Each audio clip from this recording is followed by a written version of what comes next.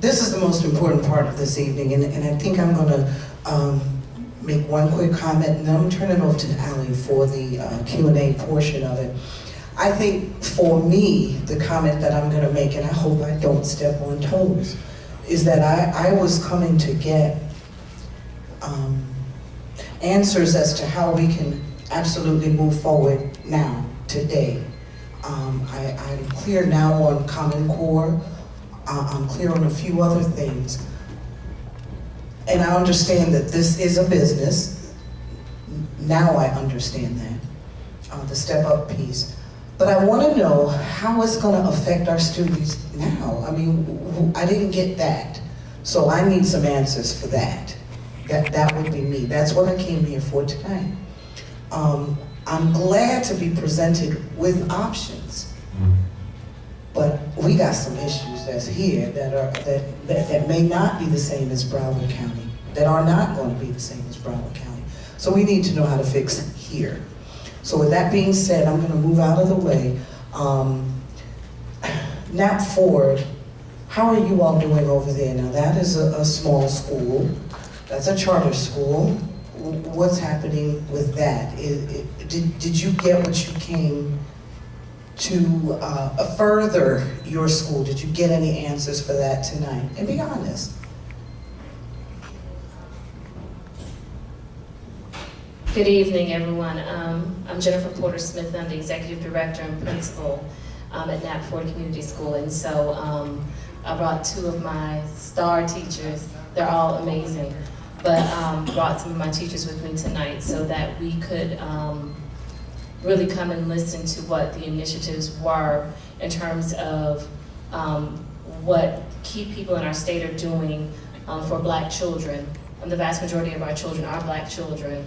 We're about 94% free reduced lunch, 99% Black, and so we came, and I believe we got what we wanted in terms of what are some of the key initiatives happening across the state.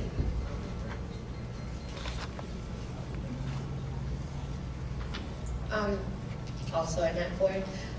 One of the questions that I had additionally was, I know that we definitely have extremely rigorous curriculum that we put into place, but what is exactly the Department of Education definition of rigor? I have that written down. Let me, and I do. We do have a definition of rigor. And let me turn to that page so I can read it to you, because that's very important. The Common Core Standards, I'll say while I'm turning to that, is being implemented this year. So what I shared with you, that's going on in our classrooms right now. So this year, please be aware and be involved. This is the definition for rigor from the Department of Education. Rigor is a goal rather than a level of difficulty. Rigor is the goal of helping students develop the capacity to understand content that is complex, ambiguous, provocative, and personally and emotionally challenging. It is not about severity or hardship. All students need schools to provide both rigorous content and direct instruction and the skills needed to manage the content. There are different ways in which content can become rigorous. For example, attention to interacting overlapping ideas, dealing with dilemmas, identifying problems, conducting inquiry, evaluating alternatives, and interpreting and identifying problems. So when I asked the audience to turn to their neighbor and talk about rigor, oftentimes you hear it harder or more difficult. It's really not you give them a harder worksheet or you give them a longer passage to read. It's about the cognitive challenge or demand on the student. It's going to make them think more. It's going to, not that it's a longer passage, but they're going to have to, we call it grapple with the content and really think about it. So it's not just harder, it's not just longer, but it's having to really manipulate the content and identify problems, patterns, and inquiry, kind of like discovery learning almost. But so it's not just something harder, not just something more difficult, but it's gonna, the cognitive demand is greater. Does that make sense? Thank you, Dr. Jones. That was good. We were just saying say, I'm sorry, we worked with Orange County with Nat Ford, and they have a phenomenal staff in school, and they did great things in moving from an F to a B to an A. So we were really excited. And Dr. Smith and her team did a fantastic job. So it can be done. So I've got a few questions here, and I guess we're going to have even more questions coming. So since we were with Dr. T just for a moment, let's move on to another question for our panelists. What are the expectations of the fellowship? And I think that's Isha.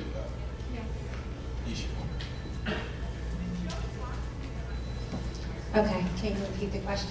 The question was, what are the expectations of the fellowship? So the fellowship, just to give you the components, and again, when we have our recruitment activities, you'll learn more information. It's a 15-month program, which is going to be about 5 to 6 semesters. It will require you to travel to South Florida to be in attendance at the university on the weekends, once a month. You will also be required to attend a national school study tour, where you will travel to other schools across the country to learn best practices in opening up new schools. And the final component, you will be required once you graduate from the program, because we will be providing scholarship monies, you will be required to have to stay in Florida and educate our children for 3 years. So it's also important that we not only train you, but we want to retain you. So those are some of the components to the program. Thank you. Step Up for Students. Can you tell us where to find the data on your scholarships by zip code? Oh, it's on. Where to find the data? By law, we are required to, the state requires that our program get an annual audit through the University of Florida, and it's a David Figlow study. I will be able to provide whoever wrote that question the actual study. You can go to our website. I'm almost positive it's there on the front page, but if not, I'll leave my card so that way you can have a copy of that. Thank you. So whoever gave me that question, please make sure you see Glenn afterwards so he can get his business card and get that data. I'm gonna call you out and ask you to stand up. No one put their names on here. Was that a teacher's requirement? That's good, but we have another one, and this I guess is to Dr. Jones. Do you have data that confirm that African American and other students perform better in choice schools than public schools? Well, the data seems to be showing that they're sort of running neck and neck. And what we're finding out is that there are characteristics, and Troy alluded to one, that cut across both charter and regular public schools. And leadership certainly is one of those factors. Another factor has to do with student engagement and something that we call experiential learning. Experiential learning involves instruction where you actually engage the kids in their learning with a lot of hands-on activity that's very relevant to their experiences. So what we're finding is that not one group, public schools or charter schools, have soared above and beyond the other, as much as it is that there are characteristics of successful schools that you can find in whether it's a public school or a charter school. And I also want to say, because I wanted to say this earlier, it was Covey, Steve Covey, who said, organizations are structured perfectly to get the results they want. So what we have to do is figure out how do we structure, as what you've done with that school. Evidently, you all have done something with that school to structure it so that it is successful with those kids. And you didn't have excuses, as Troy pointed out. You didn't say, well, these kids are poor, these kids don't have a mama, they don't have a dad, and they don't have the... You went in that school and you did whatever it took to make that school a successful school. There were no excuses. So there was something you did institutionally. And there's a story there, structurally, so that that school was able to become a successful institution as measured by the performance of those kids. And we have other examples of that. Lorraine Monroe in New York, with Frederick Douglass Academy in Harlem. There are others, Bill Strickland in Pittsburgh. So we have several examples of schools where poverty is soaring through the roof, but so is achievement. So there's something with the leadership, something's going on in those buildings that's organizationally that speak to those institutions and their success with the children. Sure, if I could add to that, there was a fairly exhaustive study that was done by Stanford University, Credo, and it indicated in that study, although it challenged the value of public choice schools in years 1 through, I think it's either 3 years or 1 through 5 years, it said that for minority and poor students, they did significantly better in those choice schools in math and reading than they did in traditional schools. And then after year 5 going forward, there was a significant difference in the performance output for minority and poor children. So it was a study done by Stanford. It was a study of national study. I think there were 20 states that were included in that study. And then there was an update that was recently done, 2013, that was just published on additional states that were included that weren't in the first study. Thank you. Another question from the audience is, Step Up for Students. What is the source of the funding of your scholarships? And does this take away from the funding of availability for the public schools when students transfer? So it's a two-part question. Great question. The first part. Great question. So our program is, as I mentioned, is regulated by the legislature. And for the way we are the Florida tax, we participate in the Florida Tax Credit Program, scholarship program. And what that means is that for every dollar that we raise, because we have to go out to corporations, we issue tax credits to those corporations. But by law, every dollar that we receive, 97 cents must be utilized for scholarship. And as I mentioned earlier, the law also dictate that every child who's on our scholarship are, by definition, on free and reduced lunch. So they're poverty children. So the scholarship amount is actually $4,880.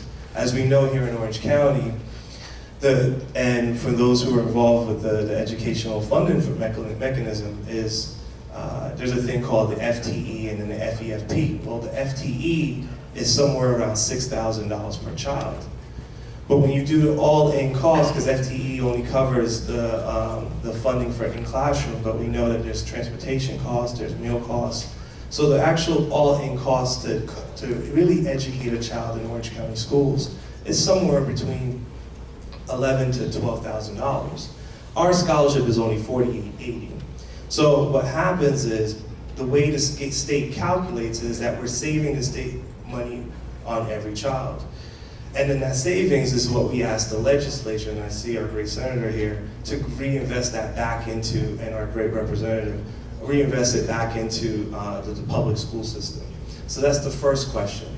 Second question is? Second question was, does this funding take away the availability of funds when a student transfers? So the way the scholarship works is that for every child who's on the scholarship, we don't fund schools, we fund parents. So the parents chooses the school that they go to. So if they left, say they started off at school A, and then they transferred to school B second week into school year, the money follows the child. So it doesn't take away from that standpoint. No. So that'd be the same though if they move from public school to public school, correct? Okay, so in regards, if you're seeing as the student moved from a traditional school system, from a public school to a private school, the way that is calculated is that the state calculates, they have two FTE counts, which is typically October 15th and it's February 15th. So if a child is present in the public school on that day, that is when the school district actually gets the funding. Where in our case, in the scholarship, once you're on, based on the attendance on that school, say you only stayed in a private school for 2 weeks, well the scholarship amount will only fund that period of time. So if that child goes back into the traditional public school system before or on the date that they're being calculated, then that money will actually resonate back with the school district. Thank you. Next question. What happens to the students who have the gaps in learning now? What will be done for them? Specifically, how much time will you give them to catch up before they are assessed at the high level of the Common Core standards. I think that's for you, Dr. G. Okay. We have in the bottom 100, the lowest 100 schools in the state, elementary schools, they're given an extra hour of instructional time. And during that extra hour, additional time is given for reading, instruction, and intervention to try to help bring the students up where they need to be. We're talking about trying to get kids to learn or to learn 2 years worth of instruction or learning in 1 year. There's a book, Catch Up Growth. I know you're familiar with the book. It's a little green book. I have it on my desk. Annual Growth for Students, for all students, Catch Up Growth for those students that are behind. And there's a formula in that book that tells us how many minutes of direct instruction children need in order to catch up more. So it really is up to, we don't dictate how the schools or the districts do that. The expectation is that they have a reading block where they're doing instruction for 90 minutes for those students, for all students. And then if the students that are behind, they get additional reading time outside of that 90 minutes that's required. And then for the students that are even further behind, it's a requirement, we call that tier 3, that it's even additional time on top of the 90 minutes, the intervention, and then the intensive intervention. So the schools try to find creative ways to get more reading instruction, if reading is a deficit area, or math instruction within the regular school day if they don't have that additional hour. And it's really up to each individual school and the district to identify how they can do that within their daily schedule. Thank you. One more for you. No, listen. The next two are for you. Specifically, what are you going to do to hold teachers accountable to CCSS? That's a good one. One of the things that we do, especially if we're talking about our struggling schools, Region 3 has 9 districts, and there are about 70 schools across those 9 districts that are struggling, that are D, double D, triple D, or F schools. So what we do an instructional review. We walk the classrooms, we give the teachers feedback, we give the principals feedback, we give the superintendent feedback, and we work with those schools and those districts to build systems that will help support the teachers, because the teachers are learning as well this new Common Core.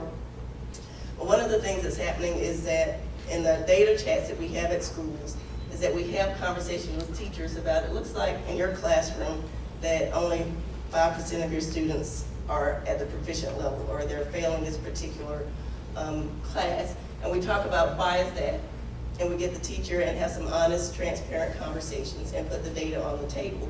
Because when the children can't speak for themselves, the data will speak for the children. And we really have honest and open conversations about the challenges that we face and the expectation that every single teacher will be effective and have the belief in our children that they can learn. And when they don't, I was talking with the superintendent this week, they moved those teachers out of those schools to try to get teachers that can be effective with those particular types of learning. So I was going to ask her what, I usually try to read the audience and ask them what, but I won't do that. So okay. We do what we need to do to hold the teachers accountable, show them the data, talk about their students in their classroom, and we hold the principals accountable as well. And they're answerable, and I'm sure the educators have heard about the value-added model where we're actually tying teacher assessment to student achievement as well. So all of that is coming into play to make sure that everybody's held accountable for the learning of our students.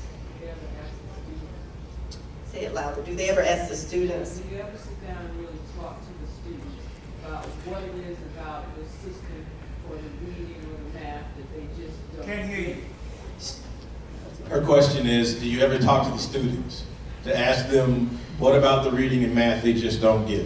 Yes, one of the things that the teachers are supposed to do is have that conversation with the individuals. What we're doing as a Department of Education in our F schools is that we interview students and parents and ask them to tell us about the school and what their feelings are, what would they like to see change, and all of those things to try to get all of the stakeholders to the table.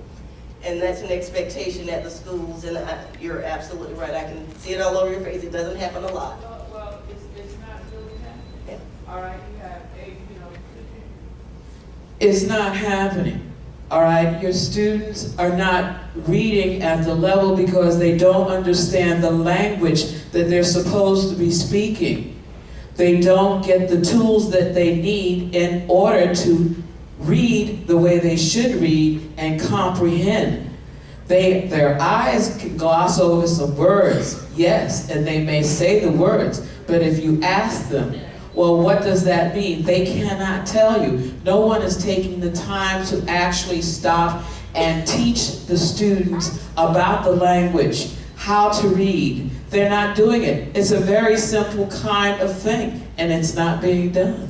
Actually, there's a requirement in the schools that they do small group instruction, or teacher-led small group instruction, and the expectation is in those small groups with 4 or 5 kids sitting at the table, they're having those type of conversations and listening to the children read and giving them guidance and scaffolding or helping them use strategies that will help them access the text. So we do have, and it is a requirement, and there's a hand up. I'm trying real hard not to. So the expectation is that the teachers are doing small group instruction, and in those small groups they are dealing with the deficits that the students have. The data has identified those issues, and the teachers are expected to meet the needs of those students in the small group. And they also have teacher-to-student data chats, student to parent, parent to principal, so everyone's talking about the data. Thank you. I think this fits right into the next question I have in my hand while I wait on this young man who, his question was too long to put on the card. Okay. And then we'll go to you next. Is that okay? Fair enough. So that kind of leads into this next question, and I don't know, Isha, and we put Dr. T on the spot a lot, so I'm going to throw this one at you first, and then we'll come back to it. Because I'm sure it's going to come back to what the Department of Education's thought on this. Why do you continue to focus on Eurocentric curriculum? Eurocentric curriculum. I think that school districts, and that's just not in Florida, focus on Eurocentric curriculum because they are catering to mainstream children. And if you want to go and do something with an Afrocentric or Hispanic-centric curriculum, that is why school choice and autonomy is there, so that you can create those curriculums for a specific set of students. So I think that that is just nationally what happens. We can't necessarily educate children based on their race. However, I believe, and there are schools that do this, especially in Chicago, the Betty Shabazz School is an Afrocentric curriculum. I believe that school choice provides us that opportunity to create curriculum that is relevant to the students that we're serving. But I do not believe that that is necessarily the district or the state's responsibility. However, cultural competence is their responsibility. The textbook, Department of Education, what happens is most of the textbook companies are including more and more culturally relevant stories within the textbooks. There is an expectation, that's why the Department of Education, we're doing AMOs, their annual measurable objectives that identifies every subgroup from free and reduced lunch students to African American to Hispanic to Asian, all of those. And that's one of the things, everything that was against the accountability era, what it did do is it made us look at those kids that were falling through the cracks. So now everybody's looking at all of the subgroups and being able to identify, you may be doing wonderful, but this little subgroup of kids, they're not doing so well, and what are you going to do about those kids? And within the textbooks, there are culturally relevant stories within the textbooks, and there is an expectation also that within the media centers and the schools, as well as the resources that they bring in, that they are culturally competent in what they're sharing with students, because we know if they see themselves or if we can engage them with something that's relevant to them, it's going to be more meaningful to them, and we are having those conversations with districts and schools. Sir. Yeah, my question is, how do you guys plan on sponsoring like public education? Because a lot of kids, they go to public schools. Can't hear you, man. Speak directly in. I never use the microphone, I'm sorry. How do you guys plan on like sponsoring the public education? Because like a lot of the schools in poverty receive lower funding due to like low property taxes. So how do you guys plan on like supplement the needs of those lower schools?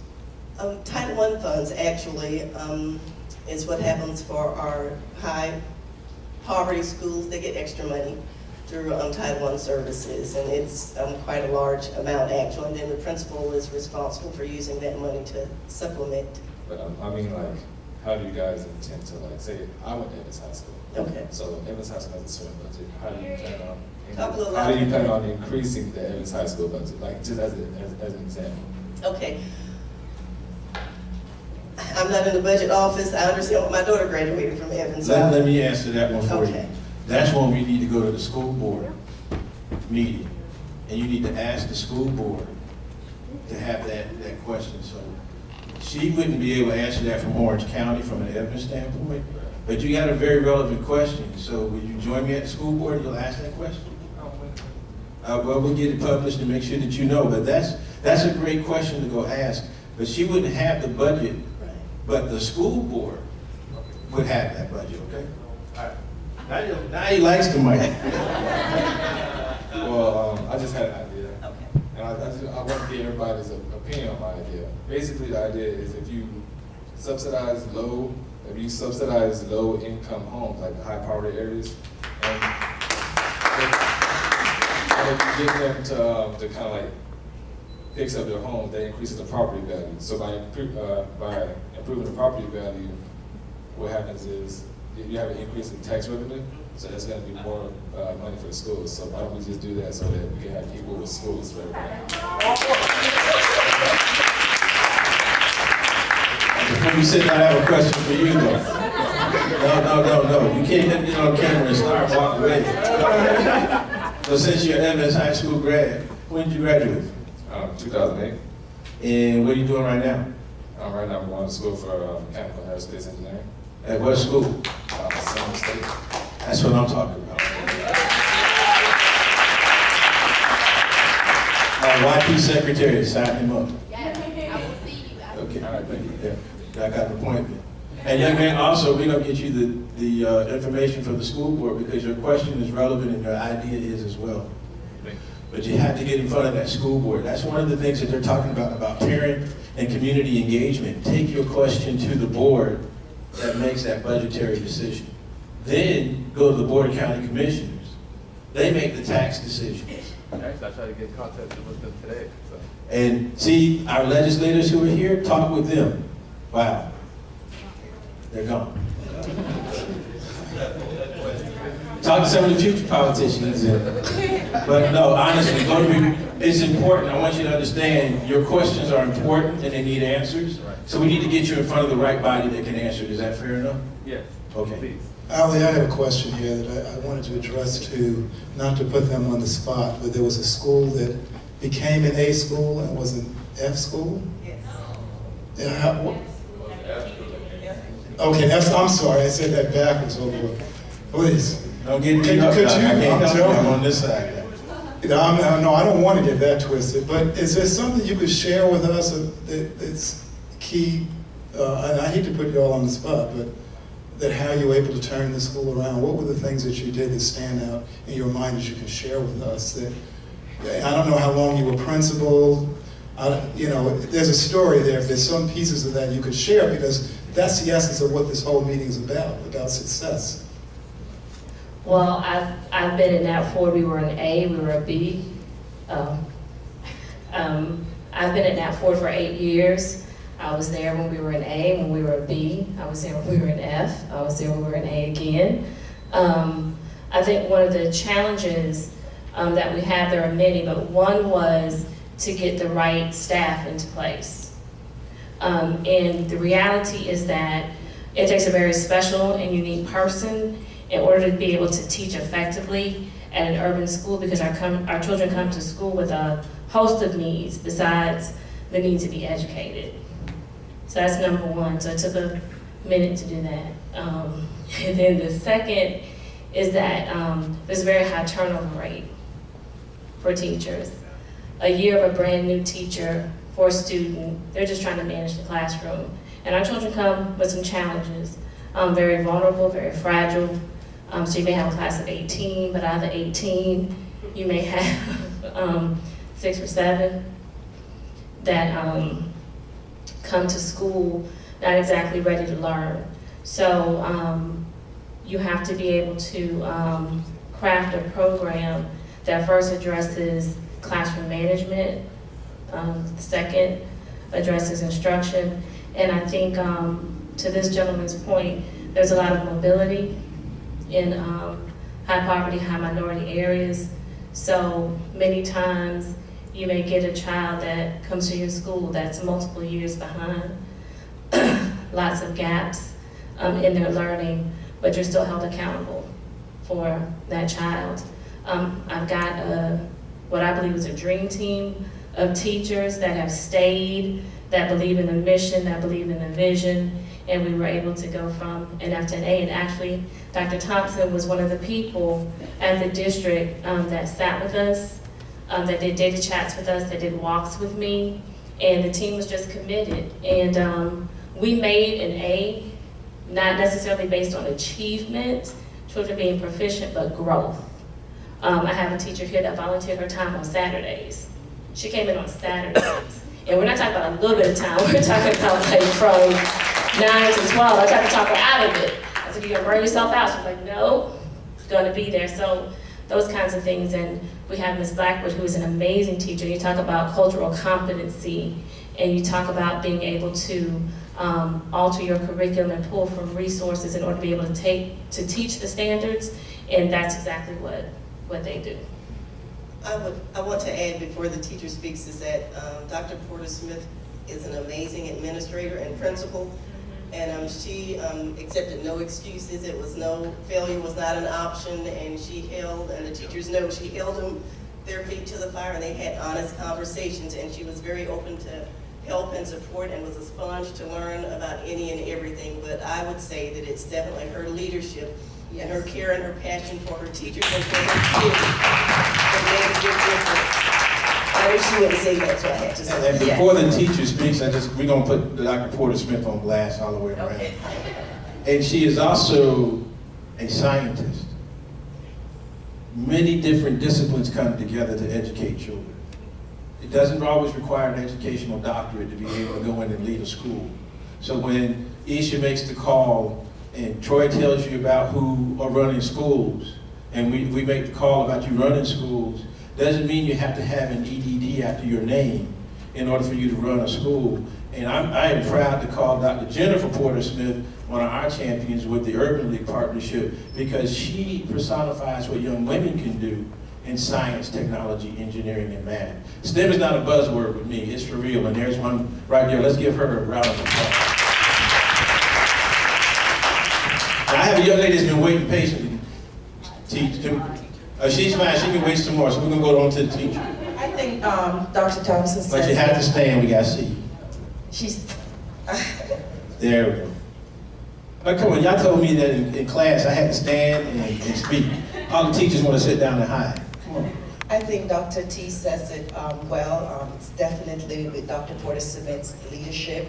It's amazing. She's an amazing leader. So I just wanted to add that to it as well. Thank you. Thank you. That's next.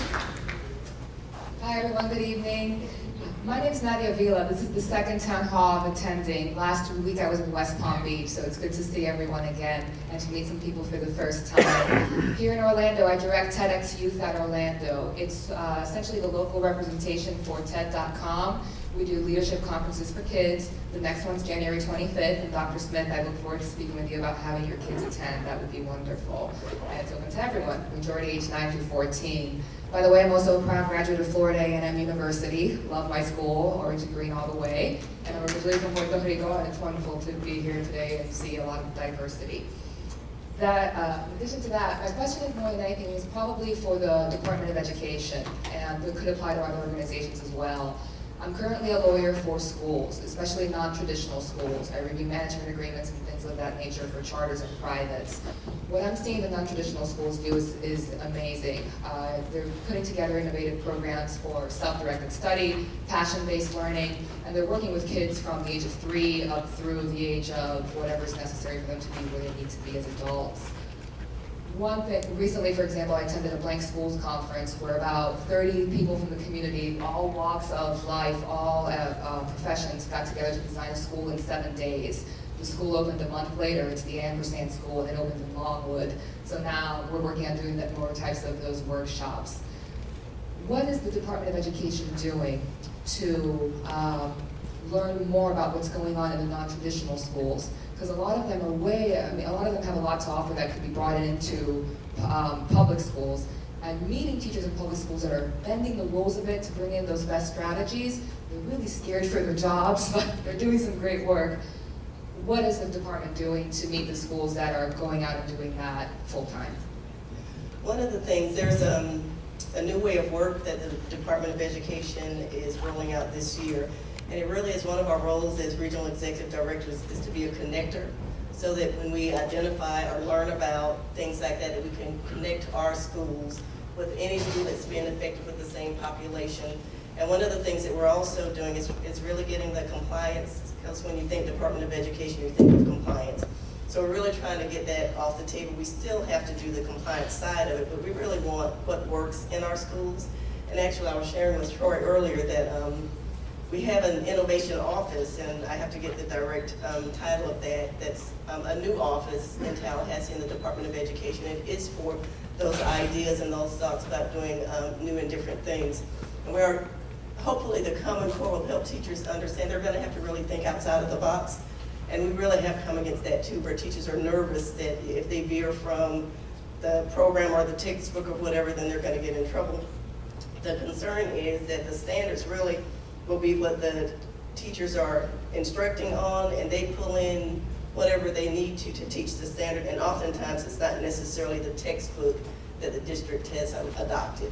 So if we can connect people to schools, our struggling schools, to schools in their very own communities that are doing things that are really making a difference for our kids, that would be perfect, because our principals want to know. Connecting me with someone that's doing what I have to do, at not a school that's over on the other side of the tracks, but a school that is dealing with the same issues like Dr. Porter Smith shared. And as soon as we find out about them, we're trying to connect them so they can share information, because even though our schools are struggling, they have some pockets of greatness that they can share as well. And so that's one of our new roles, to really try and connect educators. Because in Florida, all the children are our children, so it's not only in public school or only charter schools or only. We know that we really want the best for all of our children. If we can learn from innovative things happening in schools of choice, then if it's working, we want to know about it, and we want to connect our principals with it as well. Thank you so much. Feel free to call me. I've got a good Rolodex. I'll be happy to combine it with yours. Great. Thank you. Spoken like a true litigator. She was going to rebut that testimony no matter what. But Troy, please go ahead. I just wanted to share that one of the main purposes behind Choice School in the beginning was this notion that through innovation we could develop best practices that could then be leveraged in traditional public schools. So as part of my organization's agenda going into the next legislative session, we're looking at ways that we can develop innovation schools within district schools, giving them that flexibility to leverage those best practices that have shown to be successful in choice schools, so that we're sharing those best practices across those traditional silos. Thank you. I want to go to a question that I received here that I want to make sure that she didn't think I was just negating her question. I'm going to try to do my best to get this right. Now, I might have to come to you in just a moment. Just, yes, please. Because it's got like 3 different sections. Okay. Yeah, I'm one of those STEM type people early on, so I've got an engineering degree. So it's for the statistician pretty much, and not so much the private school people and the Department of Education. Basically what this shows is that you tell me what the FCAT score is in a county like Orange County, and I can tell you, I can go over here and I can tell you the percent poverty. So don't let them fool you, because what the Common Core test is the FCAT on steroids. Currently, Kat Gordon finally told me the answer, which is 9,400 people graduate from Orange County schools, and there are 14,000 as an average class size. And today, I go to school board meetings, don't go to them, it'll just make you angry. I go there and they say 80% graduated Orange County schools. And my question for you is, why the heck don't you know that, statistician? Why don't you know that, Florida Department of Education? And the other part of my question that I said is that there are no studies I've found to find any validity from anything that you guys are saying. There's not good studies, there's not good science. And the one study I found was a UCF graduate who proved in this area in Central Florida, that poverty is the main reason people don't do well in school. And that if it falls out, race doesn't even matter if you're fairly well-to-do as far as poverty.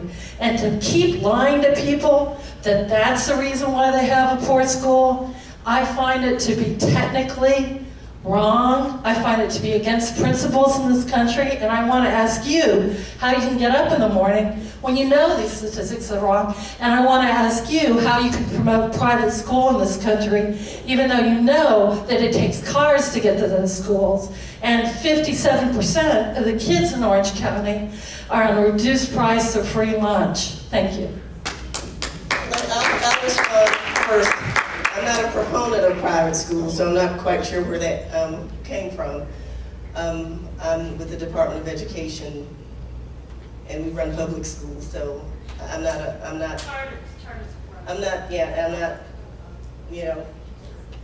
public schools, public education. And I really wasn't clear, maybe if you have it in writing, I'm really not clear on the conflict. I'm not sure of the conflict. I think her question. If the Common Core is an FCAT on steroids, how can you justify flunking even more students? Oh, because it is only 1 out of 3 graduates. How can you justify flunking more kids in this county to the streets? Okay, the goal is, the bar is being raised regardless. We know that we are competing globally.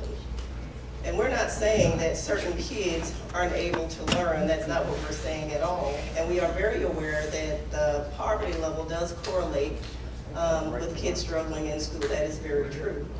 But we also know that if we continue to educate our kids down here, when all of the high-paying jobs and getting out of, either going into the workforce right out of high school, you need skills up here, then I think it's unethical to continue to educate our children down here, and when they graduate high school, the majority of our, at least, I think it's about 25% of our kids that graduate high school have to take remedial courses in college. And so as they're taking remedial courses in college, they usually end up dropping out because they don't have enough money or enough time to continue to make that happen. So we're going to have to, and we're inviting everybody to the table for this conversation, we're going to have to figure out how to get them up. We're going to have to get them up here. It's the bottom line. We cannot water down instruction or expectations or standards for our kids because we're afraid that they can't handle it.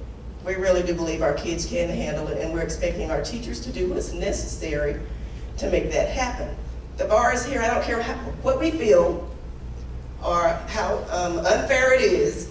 The bottom line is, when our kids get out of high school, the bar is up here, and they're competing globally for jobs. At Wendy's, I think it is, their workers' handbook is written at the 12th grade level. So that's a Wendy's job. If you're going to read the workers' handbook, you're going to have to be able to read at a 12th grade level. We're not saying it's easy. This is really hard work, and anybody at the table would agree with that. This is challenging work, but we cannot afford to educate our kids down here when they're going to have to compete up here. And I think that's unethical. Thank you. Just to add some workforce data to that. We had a Common Core Standards Educational Summit with the Central Florida Partnership. And when they were talking to business leaders about educating students to be their future workforce, when I went through the Marine Corps, they wrote the manuals at a 6th grade level.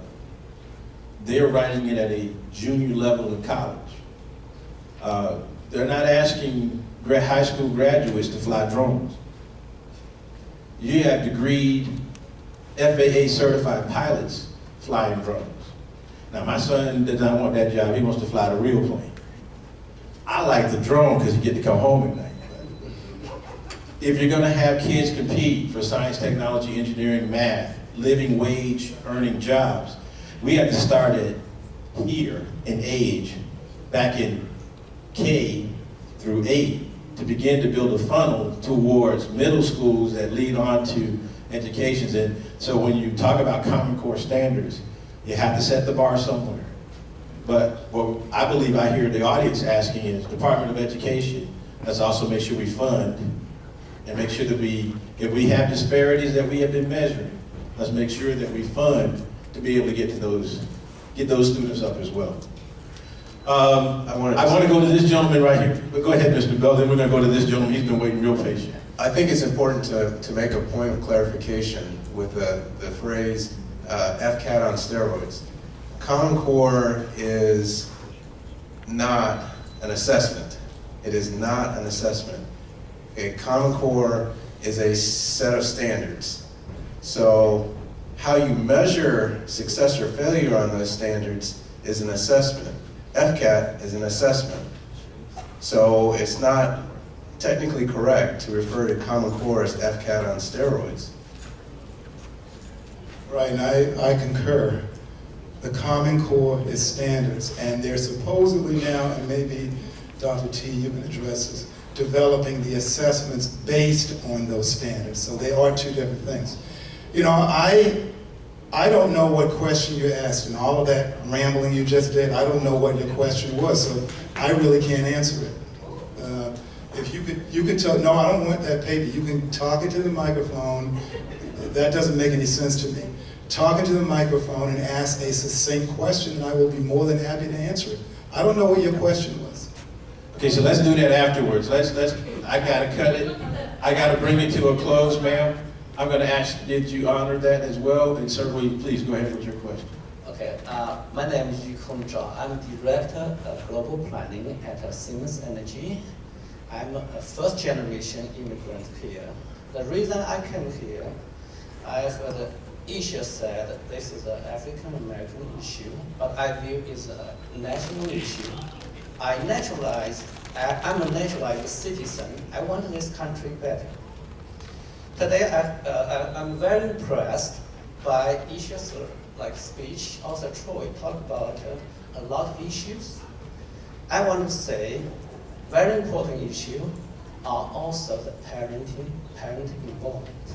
We talk about the education reform, talk about funding, and then over the last 3 years, when I observed, U.S. is behind in the world on the science and math education. And also we have a lot of other issues. I personally began to write a book to share Asian American experience. I don't think Asian Americans are superior, but a good thing we are blessed by Confucian influence. The way we treat the children, the way we value our culture or like education is different. Because, for example, all the parents here really emphasize education, but there are a lot of them are worship celebrities, sports stars, do not really pay enough attention on your children. And also a lot of parents do not offer enough guidance to their children. So children just play games, doing a lot of things. Also a lot of education methods. So I'm here, I also spoke talking with CTE and other non-profit organization. I'm here to offer my help.